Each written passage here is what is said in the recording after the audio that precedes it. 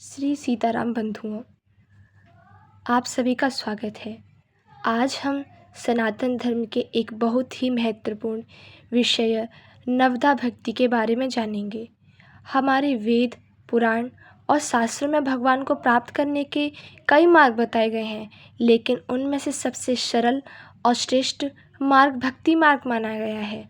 भक्ति का अर्थ है भगवान के प्रति सच्चा प्रेम, श्रद्धा और समर्पण। हमारे शास्त्र भगवत पुराण में भक्ति के 9 प्रकार बताए गए हैं, इसीलिए इसे नवदा भक्ति कहा गया है।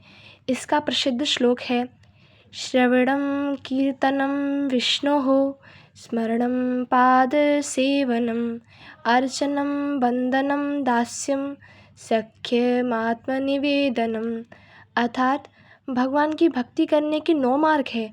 श्रवण, कीर्तन, स्मरण, पाद सेवम, अर्चन, वंदन, दास्य, सख्य और आत्मनिवेदन। अब हम इन 9 प्रकार की भक्ति को विस्तार से समझते हैं। पहली भक्ति है श्रवण भक्ति। श्रवण भक्ति का अर्थ है भगवान की कथा, लीला और महिमा को श्रद्धा से सुनना। जब कोई भक्त भगवान की कथा सुनता है तो उसका मन धीरे धीरे पवित्र हो जाता है। इसका सबसे प्रसिद्ध उदाहरण राजा परीक्षित हैं। जब उन्हें पता चला कि उनके जीवन के केवल 7 दिन शेष है, तब उन्होंने भगवान शुकदेव से 7 दिनों तक भागवत कथा सुनी। उस कथा को सुनकर ही उन्हें मोक्ष प्राप्त हुआ। इससे हमें यह शिक्षा मिलती है कि भगवान की कथा सुनना भी बहुत बड़ी भक्ति है। दूसरी भक्ति है कीर्तन भक्ति। कीर्तन भक्ति का अर्थ भगवान के नाम और गुणों का गान करना है। भजन गाना, कीर्तन करना, हरि नाम का जाप करना, यह सब कीर्तन भक्ति है। जब भक्त भगवान का नाम गाता है तो वातावरण भी पवित्र हो जाता है। कई संतों ने नाम कीर्तन को भक्ति का सबसे सरल मार्ग बताया है और कलयुग में तो केवल नाम जप सबसे सरल साधन है। तीसरी भक्ति है स्मरण भक्ति। अर्थात स्मरण भक्ति का अर्थ है भगवान को हर समय याद करना, चाहे हम कार्य कर रहे हों, पढ़ाई कर रहे हों या यात्रा कर रहे हों। अगर मन में भगवान का स्मरण बना रहे तो वह भी भक्ति है। इसका महान उदाहरण भक्त प्रहलाद हैं। उन्होंने हर परिस्थिति में भगवान श्री हरि का स्मरण किया, चाहे उन्हें कितनी भी कठिनाइयाँ क्यों ना झेलनी पड़ी हों।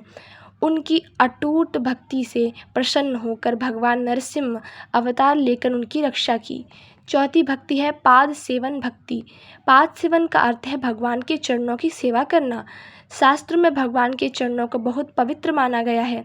जो भक्त भगवान के चरणों की सेवा करता है वह भगवान के बहुत निकट हो जाता है। इसका उदाहरण माता लक्ष्मी है, जो भगवान विष्णु के चरणों की सेवा करती हैं।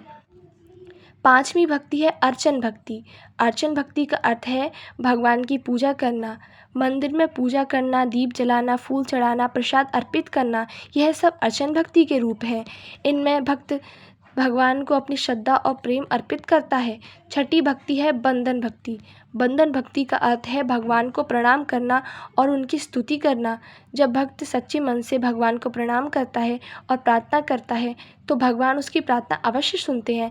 इसका महान भक्त अक्रूर भगवान श्री कृष्ण की अत्यंत सुंदर स्तुति की थी। 7वीं भक्ति है दास्य भक्ति। दास्य भक्ति का अर्थ है स्वयं को भगवान का सेवक मानना और उनकी सेवा करना। इस भक्ति का सबसे महान उदाहरण हनुमान जी हैं। उन्होंने अपना पूरा जीवन भगवान राम की सेवा में समर्पित कर दिया। हनुमान जी की भक्ति हमें सिखाती है कि सच्ची सेवा ही सच्ची भक्ति है। 8वीं भक्ति है सख्य भक्ति। सख्य भक्ति का अर्थ है भगवान को अपना मित्र मानना। इस भक्ति में भक्त भगवान से उसी तरह प्रेम करता है जैसे एक सच्चा मित्र अपने मित्र से करता है। इसका सबसे उदाहरण अर्जुन और भगवान श्री कृष्ण की मित्रता है। भगवान कृष्ण ने अर्जुन को मित्र मानकर ही उन्हें भगवत गीता का ज्ञान दिया।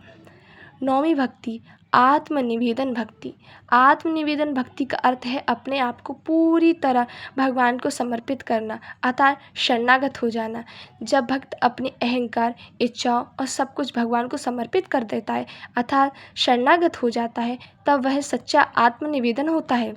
इसका महान उदाहरण राजा महाबली हैं।